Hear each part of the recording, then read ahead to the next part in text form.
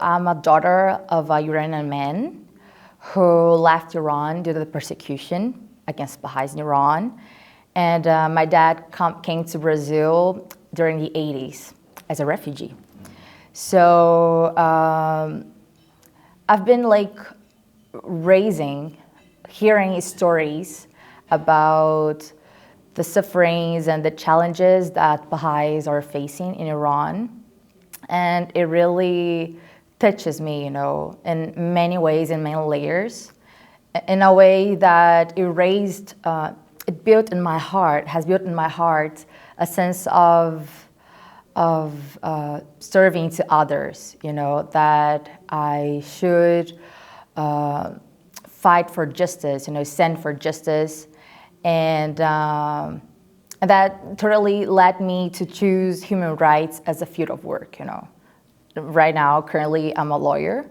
So I'm really into human rights and international law so that I can somehow help people that are suffering this kind of justice, to overcome what they're going through. And this is what has been inspiring me, and also my beliefs, So as a Baha'i, I do believe in the oneness of humankind, and also it really inspires me to help others in a way that I see that the suffering from others is also my suffering, I can't simply close my eyes and deny or simply ignore the suffering that the whole humankind is going through.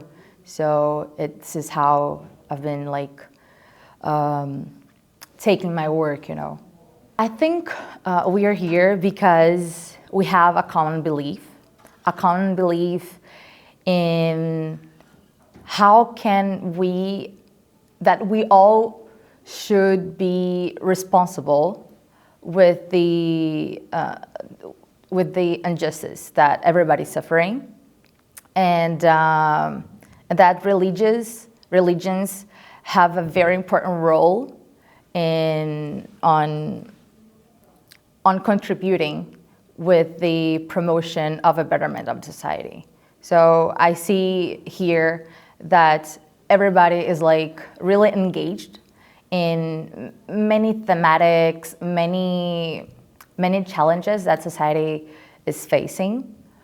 But at the same time, we all have a same principle, a common principle, a principle of unity, of oneness, of justice, and we truly believe in the capacity of human beings to contribute with their own betterment and collectively speaking too.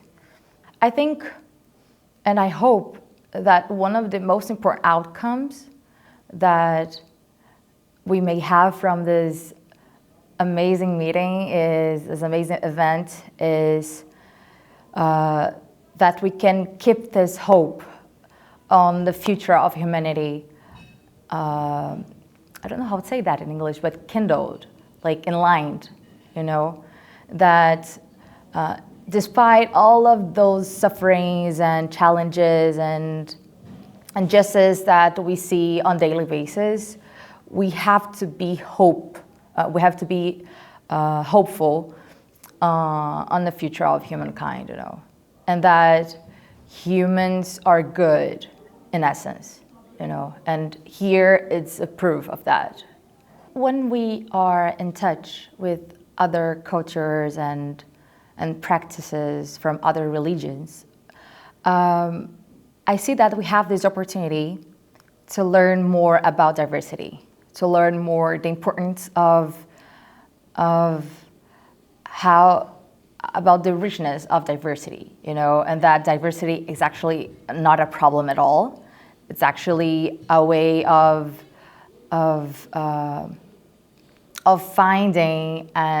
finding what kind of experiences can also contribute to the evolution of humankind as a whole, And also when we have this kind of cross-cultural experiences, we also realize how how someone shouldn't be treated as the other. We see them as someone like us, and we see that everybody has the right to give their contributions, from their perspective, of life, from their perspective of their beliefs, and that everybody has potentialities, and that we really need each other, to the betterment of society. Like, no one should be left behind in this sense. Based on my experience and on the stories that I have heard from my dad about his own experience living in Iran and suffering, facing religious persecution, it's clear that if we're not in touch with the other, if we don't get connected with the other, we can't see ourselves, in a way of how big is the human nature, how amazing is the human nature, that we can have many different, we can follow different kind of beliefs, but in the end, we are all one, I think the how, it has to do with the education, after all. I mean, there are lots of, for example, misunderstandings on the Bahá'í faith, for example, and the same thing happens to Islam, to Christianity, and to many other religions, right? So if we're connected and if we have the opportunity to be in spaces where people from different cultures and religions may get together and talk about their own beliefs and cultures and practices, I think it's a way of exchanging culture and learnings from each other.